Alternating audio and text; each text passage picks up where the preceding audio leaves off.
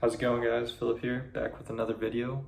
And today I am going to talk about this massive book that I just finished. Probably the biggest book I've ever read. Probably one of the biggest books out there. And yeah, I really enjoyed it. So let's jump straight into it.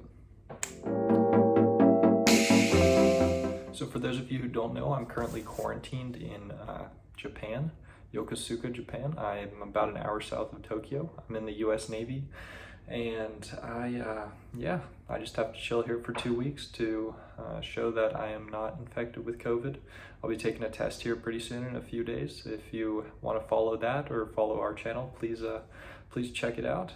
Give us a like and a subscribe. We'd really appreciate it. But yeah, this book, I'm just going to give a brief summary about it and give my opinion on it. I really enjoyed it. So for those of you who've never heard about it, it is called The Count of Monte Cristo by Alexander Dumas.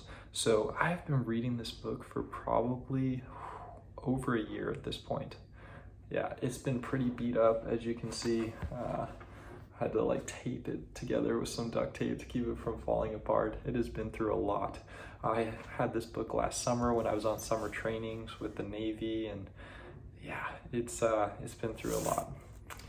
But how I enjoyed this book, like it was very engaging. I know it took me over a year to read, so that's not probably not a great sign, but when I actually sat down to read it, I really enjoyed it. I actually finished probably the last like 500 pages in about 2 to 3 days.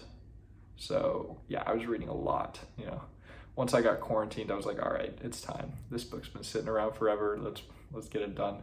So what happened, I actually got really preoccupied with school after I started the book last summer, and I just didn't have an opportunity to finish it until recently when I actually left Juju, miss you, and I had a lot of free time on my hands.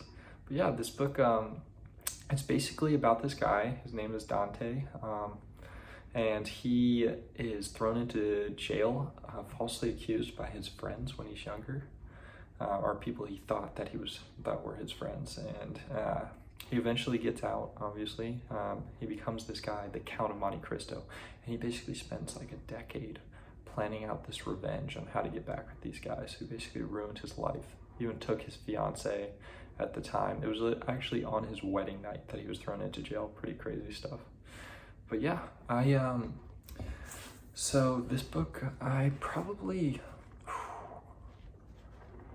spent a good, in total time, I couldn't say.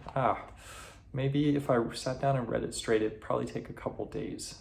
But I actually took the time to enjoy it. On the back half, actually, when I started reading it again, I was like, you know what, let's like sit down and actually get into it. So I started like highlighting it.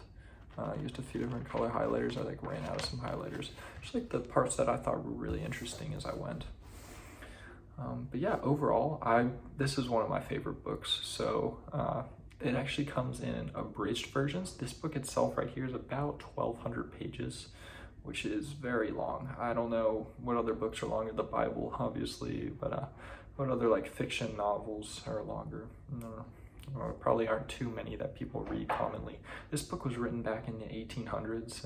It was based around Napoleonic times, so when Napoleon was coming over and trying to take over France and getting kicked out.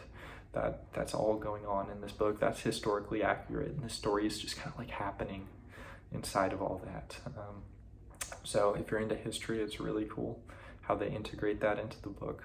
I enjoyed that a lot. But yeah, if you are quarantined or going to be quarantined because of the Rona, as some people call it, then I would definitely recommend picking up this book and knocking it out. 1,200 pages for the unabridged version. You know, you read like 100 pages a day. You'll be done a few days to spare in quarantine. But yeah, overall the language in the book is a little bit old school. It's because, you know, it was written in the 1800s. It was originally actually written in French by Alexander Dumas. So yeah, that's one aspect. It was translated. It's been translated into a bunch of different languages, so it's a little bit old-timey, but if you can get through that, the actual storyline behind it all is really interesting.